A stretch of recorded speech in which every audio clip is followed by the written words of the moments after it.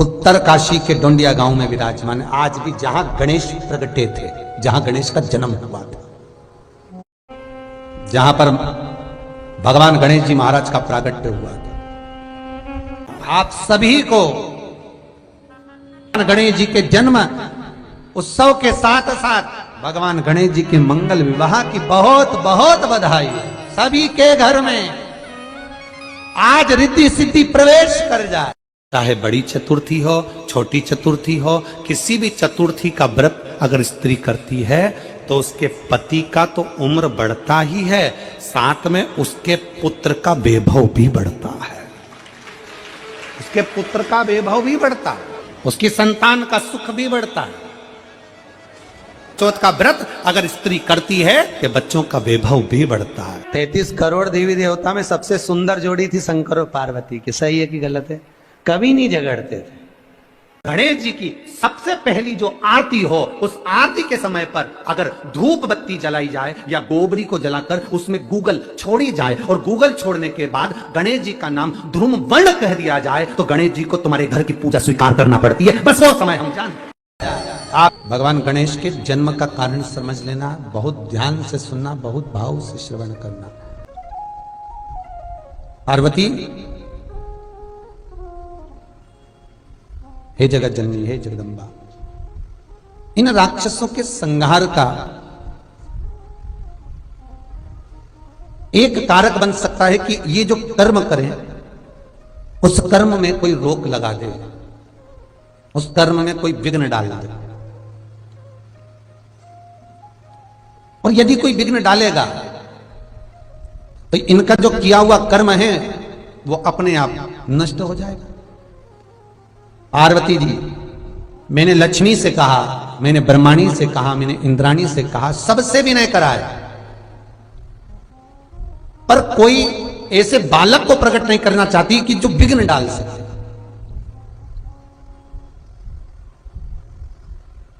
ऐसा बालक पार्वती जी बोलती हैं भोलेनाथ से, प्रभु आप जानते हो आप क्या मांग रहे हो? शंकर भगवान बोले मैं जानता हूं।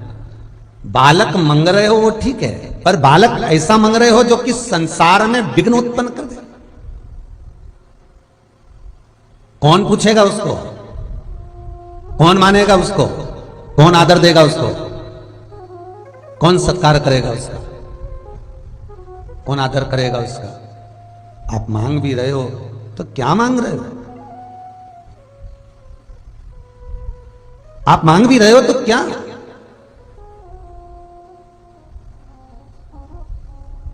पार्वती, तेरे सिवाय कोई यह कार्य नहीं कर सकता, यह मैं जानता हूं, ठीक है? तो शिव महापुराण कहती है वो उत्तराखंड में हिमालय पर पर्वतों की कंदरा में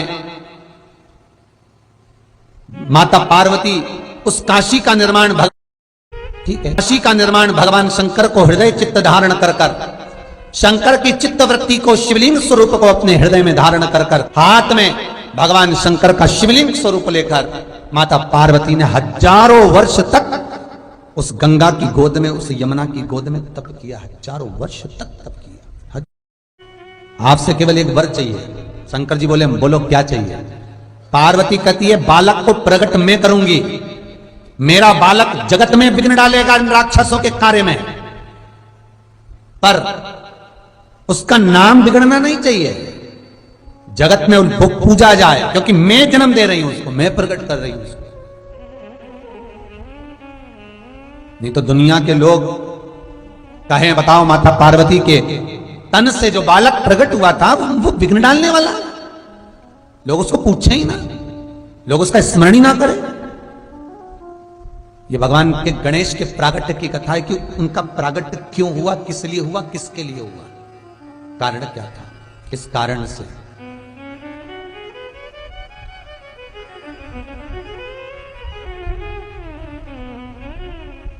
भगवान शिव कहते हैं पार्वती सुन, मैं तुझे वर देता हूं, तेरा जो बालक इन असुरों के कार्य में विघ्न डालने के लिए जो पैदा हो रहा है, जन्म ले रहा है, मैं तुझे वर देता हूं पार्वती, उस बालक का नाम दुनिया के लोग केवल स्मरण ही करेंगे तो उनका विघ्न हट जाएगा, उसका नाम विघ्न हरण होगा। और राक्षसों के लिए विघ्न देने वाला होगा और संसार के लिए विघ्न हरने वाला होगा। स्नान करने जा रही थी, उसमें प्राण दे दिए, दरवाजे का द्वारपाल बन गया वो विनायक, और शंकर जी ने उसका सिर काट दिया। बस गणेश जी का जन्म हो गया। अरे कारण क्या था गणेश के जन्म का? क्या कारण है? उस कारण को भी तो जानना पड़ेगा, उस कारण को भी तो पहचानना पड़ेगा कि कारण पड़ा क्या। महाराज, जगतजननी तुम चिंता ना करो, तुम्हारे बालक का नाम मात्र लोग लेंगे, उनका विघ्न हर जाएगा, उनका विघ्न समाप्त हो जाएगा, उसका नाम विघ्न हरण होगा, लोग उसे विघ्न हरता कहेंगे, तुम चिंता ना करना। पार्वती जी ने कहा बालक ऐसा प्रकट करूंगी जो असुरों के कार्य में विघ्न डालेगा, और एक बार अगर विघ्न डाल दिया तो असुर उस विघ्न के कारण कभी सफल हो ही नहीं पाएगा। भगवान शिव कहते हैं क्या चाहती हो पार्वती?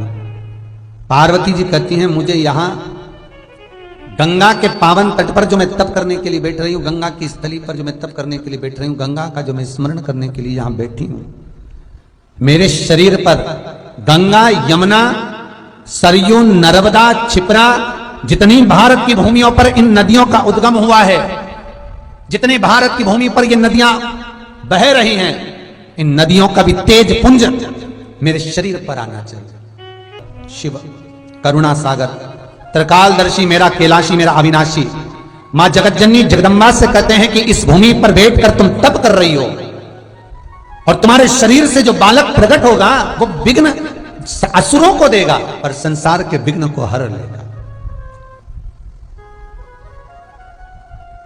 इसलिए भगवान गणेश का एक नाम मंगल मूर्ति है। शिव पार्वती से कह रहे हैं तू बैठकर तप कर। हजारों वर्ष तक माता पार्वती जी ने तप करा ऐसा पुत्र प्राप्त करने के लिए जो असुरों के कार्य में विघ्न डाल दे और जगत के विघ्न को हर ले। वह विघ्न अधिपति मेरा भगवान श्री गणेश प्रकट हो, उसके लिए मां पार्वती तप कर रही है, साधना कर रही है। हजारों वर्ष मां के तप में निकल जाते हैं।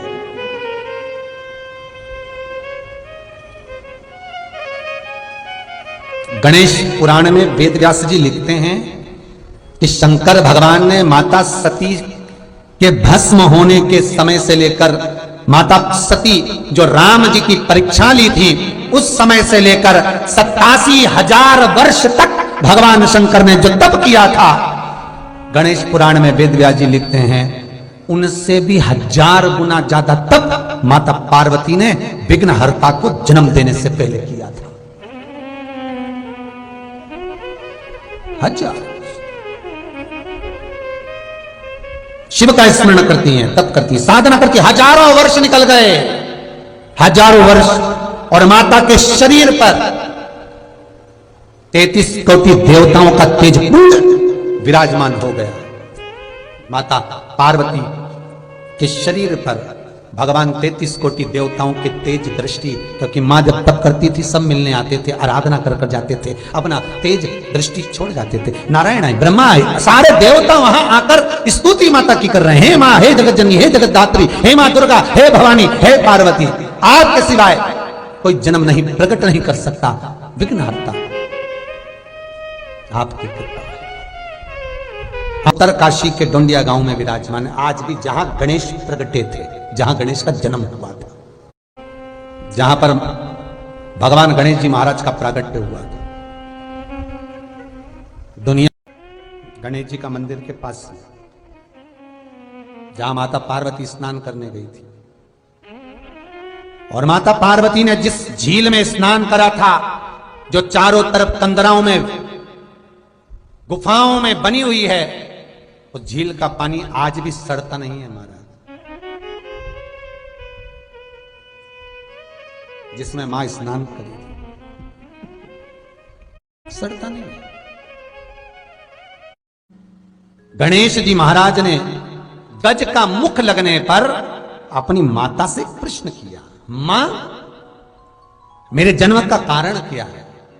मैं क्यों जन्मा हूं उसका कारण तो बताओ। माता कहती है बेटा ये असुर ये राक्षस कुछ कर्म ऐसा करते हैं जिस कर्म के कारण देवताओं को पछताना पड़ता है, तो इनके हर कार्य में तुझे विघ्न डालना है, हर कार्य में तुझे विघ्न डालना है। ठीक है मां। असुरों के कार्य में विघ्न देने लगे।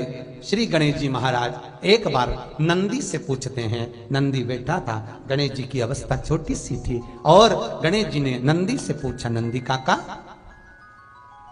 नंदी काका। नंदी काका बोले हाँ। ए नंदी काका, हाँ बोलो गणेश। गणेश जी पूछते हैं, नंदी काका ये तो बताओ कि मुझे जन्म दिया किसने? नंदी काका बोले माता ने। संसार को जन्म देने वाली कौन है? नंदी काका बोले माता। संसार का पालन करने वाली कौन है? माता। जगत का कल्याण करने वाली कौन है? माता। तो नंदी काका ये जितने भी संसार में मनुष्य जन्मे हैं, चाहे वो स्त्री हो, चाहे वो पुरुष हो, चाहे वो देव हो, चाहे वो राक्षस हो, सबका जन्म किसने करा? नंदी काका बोले माता ने। गणेश जी को समझ में आ गया, गणेश जी की चित्तवृत्ति में ये बात बैठ गई कि ये पूर्ण संसार मेरी मां जगत जननी पार्वती के द्वारा निर्मित है, तो इस संसार में जितनी स्त्रियां हैं ये मेरी माता के तुल्य हैं, इसलिए मैं विवाह नहीं करूंगा, मैं शादी नहीं करूंगा। ये जितनी भी स्त्रियां हैं, माता ने जिनको जन्म दिया है, मेरी माता ने जिनको पैदा किया है, मेरी माता ने इस संसार का जन्म करा है।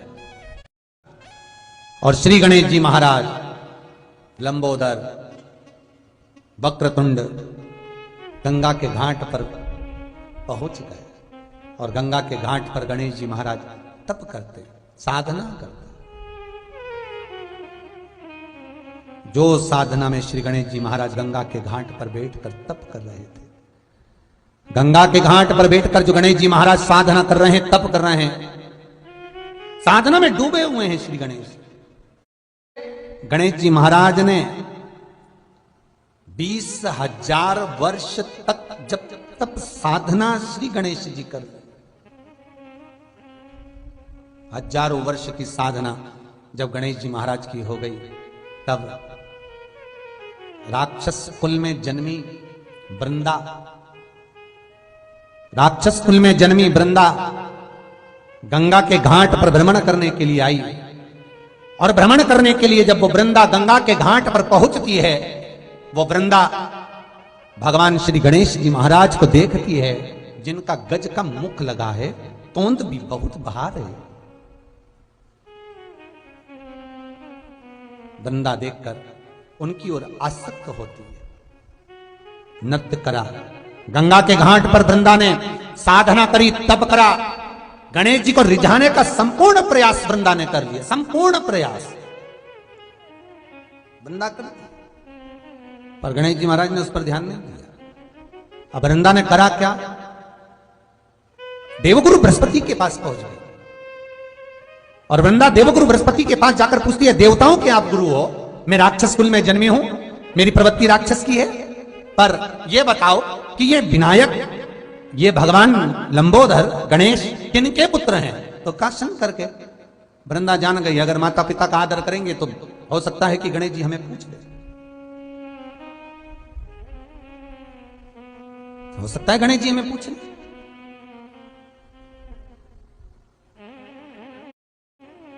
महाराज वृंदा ने गंगा के घाट पर एक शिवलिंग का निर्माण करा। शिवलिंग का निर्माण वृंदा करती है और पार्थिव शिवलिंग का निर्माण कर वृंदा गंगा का जल शंकर पर समर्पित करती है। वृंदा ने खूब किया पर गणेश जी नहीं माने, श्राप दे दिया। वृंदा कहती है, मेरा श्राप है, तुम एक शादी के लिए मना कर रहे हो, तुम्हारे 2 मंगल विवाह होंगे। गणेश जी कहते हैं, वृंदा बिना सोचे समझे तूने मुझे श्राप दिया है, मैं तुझे श्राप देता हूं, तू तुलसी का पौधा बनेगी और मेरे सामने कभी नहीं आएगी। एक शंकर जी, एक गणेश जी, ये 2 देवता ऐसे हैं जिन पर तुलसी नहीं चढ़ती है, उनके भोजन में कभी तुलसी नहीं जाती है। इनकी भोजन की थाली में कभी तुलसी नहीं रहती। शंकर को तो फिर भी बैकुंठ चतुर्दशी के दिन रात्रि को 12 से 4 के बीच में तुलसी चढ़ भी जाती है, पर गणेश जी को तो वो तुलसी चढ़ती ही नहीं है। गणेश जी को समर्पित करना है तो शमी पत्र समर्पित करो, बेल पत्र समर्पित करो, दुर्वा समर्पित करो, पर तुलसी नहीं। गणेश जी की साधना को तोड़ दिया, तब साधना गणेश जी की टूट गई। गणेश जी कैलाश पर चले गए। समय आया, प्रजापति विश्वरूप विश्वकर्मा की धर्म पत्नी कंचना, रिद्धि सिद्धि की मां। गणेश जी के ससुर और सास का नाम आप बहुत ध्यान रखकर रखना, कंचना देवी। प्रजापति विश्वरूप विश्वकर्मा की धर्म पत्नी कंचना देवी। एक बार भगवान शिव का स्तमन कर रही थी, बैठी थी, और भगवान विश्वकर्मा जी से उन्होंने पूछ लिया, प्रभु मेरी चित्त वृत्ति में मैं इतना सा चाहती हूं कि मेरे तप बल से, मेरी साधना से, मेरे शरीर से, मेरी तप साधना से जो कन्या जन्म ले वो जगत का भरण पोषण करने वाली हो, जगत का लाभ देने वाली, भरण पोषण करने वाली हो, ऐसी कन्या मेरे द्वारा प्रकट। माता कंचना रिद्धि सिद्धि की माता खूब तप करी, खूब। उसके लिए कंचना तप कर रही है और उधर ब्रह्मा जी ने सरस्वती को भेज दिया भगवान श्री गणेश जी की बुद्धि को फेरने के लिए। गणेश जी के जन्म के समय पर सारे देवी देवताओं ने आकर गणेश जी को वर दिया था। सारे देवताओं ने, सारी देवियों ने, सब ने आकर वर प्रदान करा। उसमें माता सरस्वती भी थी, और माता सरस्वती ने गणेश जी को वर दिया था कि तुम बुद्धि के देव कहलाओगे, तुम्हारे बुद्धि की कभी कमी। और आज ब्रह्मा जी वापिस सरस्वती को गणेश की बुद्धि फेरने के लिए भेजा, वापिस सरस्वती। इतने में माता सरस्वती आई, और माता सरस्वती आकर एक पवन के रूप में आकर गणेश जी की मस्तक पर के पास पहुंच गए। सरस्वती आज पवन के रूप में। माता पार्वती ने हाथ में जल लेकर सरस्वती पर, क्या बताएं, ब्रह्मा जी ने भेजा है। ब्रह्मा जी ने भेजा है, क्यों भेजा है, किस लिए? बस ये विवाह कर लें और कुछ नहीं। ब्रह्मचारी का जीवन जीना है, इस ब्रह्मचारी के जीवन को छोड़ दें। भगवान माता सरस्वती के शब्द जब माता पार्वती ने सुने तो माता पार्वती सरस्वती से कहती है, तुम जाओ, इस चीज के लिए तुम्हारी जरूरत नहीं पड़ेगी। माता सरस्वती के जाने के बाद माता पार्वती ने गणेश को गोदी में बिठाकर कहा, लालन सुनो गणेश। गणेश जी बोलते, मां बोलो, क्या बात है, सुन बेटा।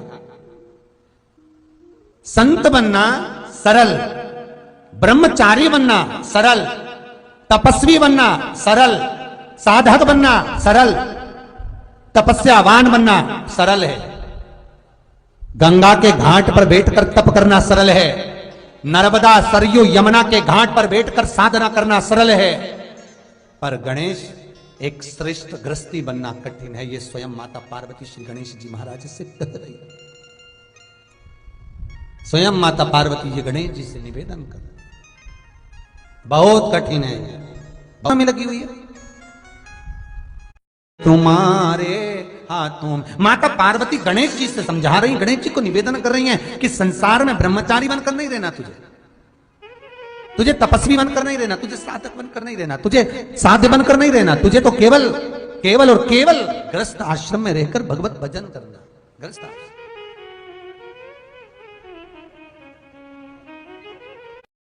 अब माता पार्वती ने पुत्र की बुद्धि को ऐसा कर दिया कि तेरा विवाह होना जरूरी है, पर माता पार्वती के मुख से एक शब्द निकल गया। माता पार्वती के मुख से एक शब्द निकला, अब विवाह करूं तो करूं किससे, ये सोच रही है माता पार्वती। तो गणेश जी बोले, मां तू मेरे लिए कह रही कि विवाह किससे करूं?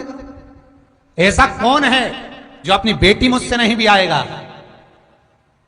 पीछे से नंदी बोला, हाथी का मुंह लगा है और तोंद का ठिकाना नहीं है, कौन लड़की देगा? लड़का भी तो दिखने में अच्छा होना चाहिए। गणेश जी बोले हाँ ये भी बात तो पक्की है। गणेश जी भी नंदी से बोले नंदी काका सुन लो, आज मेरी मैया ने कहा है मुझे ब्याह करना है और कोई मुझे लड़की नहीं देगा मेरा स्वरूप देखकर, तो मैं भी किसी की यहां शादी नहीं होने दूंगा। जब तक मेरी नहीं होगी मैं किसी की नहीं होने दूंगा। अब गणेश जी तो बड़े उपद्री,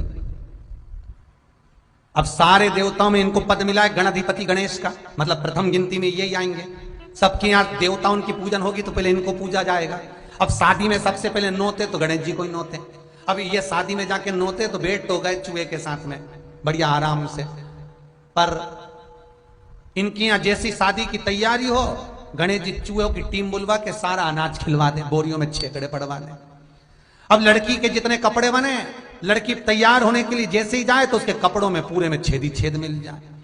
बचा कुचा था तो गणेश जी महाराज बैठे बैठे सारा काम ऐसा करे, शंकर जी के गले में जो सांप पड़े थे, जहां से दूल्हा शादी करने आ रहा था, जिस जनवासे में दूल्हा ठहरता था उसमें सांप बिच्छू भर दे।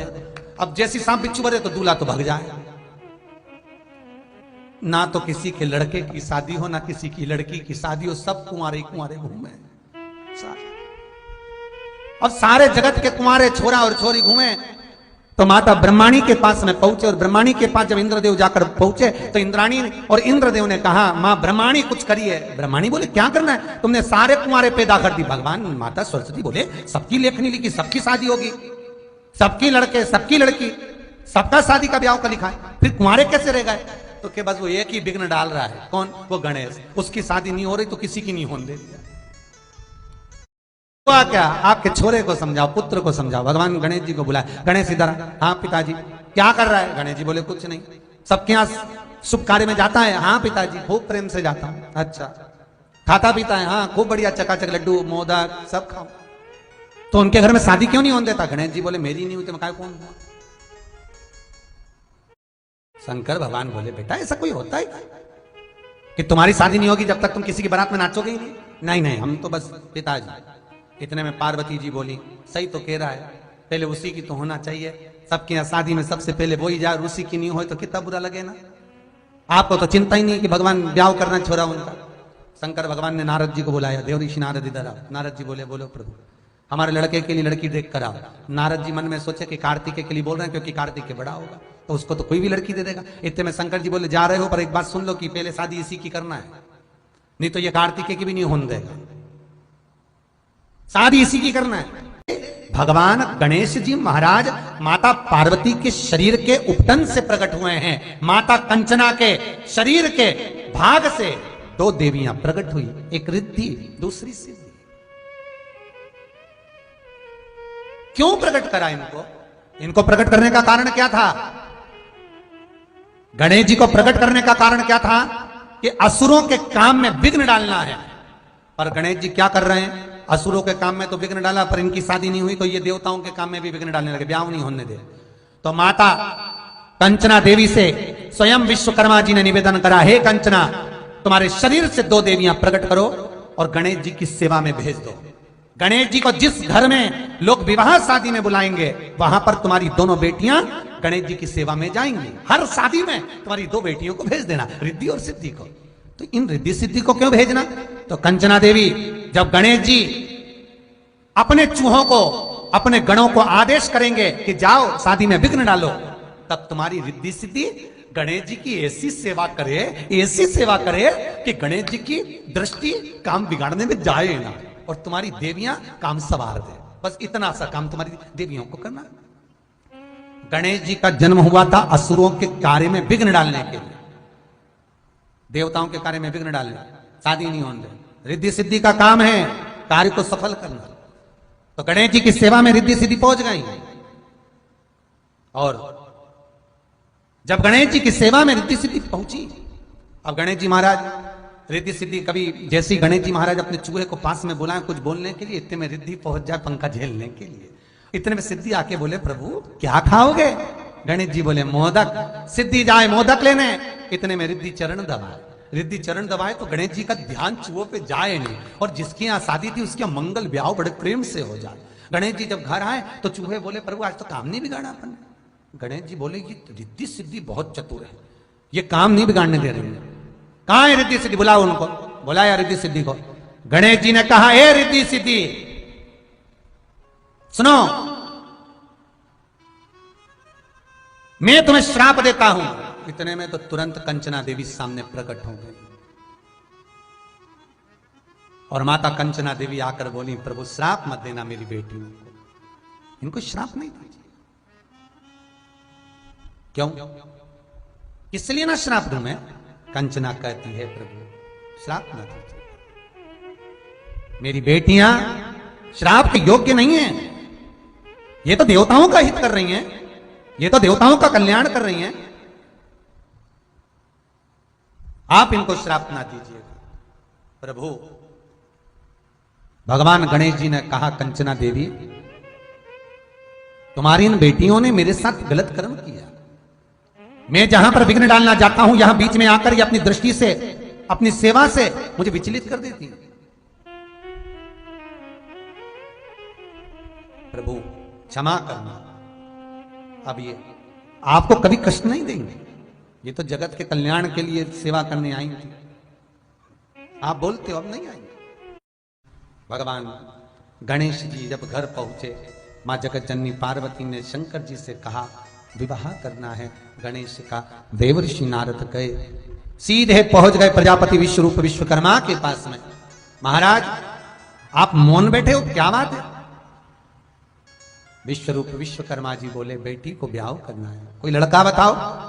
देवर्षि नारद बोले, कैसा लड़का चाहिए जो बैठे तो लगे कि जमाई बैठा है? ओहो, भगवान बोले बिल्कुल ऐसा ही है, एक बार बैठ गया तो उठता ही नहीं है 10 दिन तक। ठीक है, मेरी बेटी को मीठे का शौक है, भोजन वो बनाए, उसकी नाक ऐसी हो सूंघ कर आ जाए। ठीक है, भगवान श्री गणेश जी महाराज से विवाह पक्का किया। भगवान गणेश जी की मंगल बारात कंचना देवी के दरवाजे पर, प्रजापति विश्वरूप विश्वकर्मा के द्वार पर भगवान गणेश जी की बारात जा रही है। ये दुर्वा जो उत्पन्न हुई है, इसमें इतना बल कहां से आ गया? शंकर भगवान बोले रहे, ओ इंद्र, तुम्हारे अमृत से भी बड़ी प्रबल है ये दुर्वा। जिस समय पर अमृत का कलश निकला, उस अमृत के कलश को देवता लेकर जा रहे थे, ले जाते राक्षसों से छुड़ाकर सबसे पहले इन्होंने समुद्र के किनारे पर इसको छुपाया। उस जगह पर भगवान विष्णु की जंघा के रोम पड़े थे जिससे दुर्गा उत्पन्न हुई थी। उस दुर्गा पर इस कलश को रखा, रखते ही एक देवता ने उसके उठाकर देखना चाहा तो उसमें से थोड़ा सा भाग अमृत का नीचे गिर गया जो दुर्गा पर पड़ गया। और आगे गए, फिर इसको छुपाया, वहां भी दुर्गा थी, फिर और आगे गए, वहां भी दुर्गा थी। सुनिंद्र, तेर को जो अमृत मिला तूने एक बार में पिया, ब्रह्मा को जो अमृत मिला वो ब्रह्मदेव ने एक बार में पिया, वरुण को जो अमृत मिला वो एक बार में पिया, पर इस दुर्वा को जो अमृत मिला वो 5 बार मिला। इसलिए पंच दुर्वा लेकर तू गणेश के पास जा और उसको दे, क्योंकि ये 5 अमृत के कुंड से भी प्रबल है। ये 5 अमृत के कुंड से भी प्रबल है, लेकर जा तू ये दुर्वा। और इंद्र ने दुर्वा दी, गणेश जी को खिलाई। जैसे खिलाई, गणेश जी के भीतर की जो अग्नि थी वो समाप्त हो गई। श्री शिवाय नमस्तुभ्यम, हर हर महादेव। पूज्य गुरु जी ने इस वीडियो में 22 जनवरी माघ मास गणेश जयंती के विशेष उपाय कथा बताए हैं। वीडियो को अच्छे से देखकर समझकर उन उपायों को भगवान भोलेनाथ और गणेश भगवान के सामने अवश्य करने। वीडियो अच्छी लगे तो like, share and subscribe. Comment में श्री शिवाय नमस्तुभ्यम, हर हर महादेव अवश्य लिख देना। जाते जाते चैनल को सब्सक्राइब अवश्य कर देना। जय श्री राम, हर हर महादेव, जय श्री महाकाल।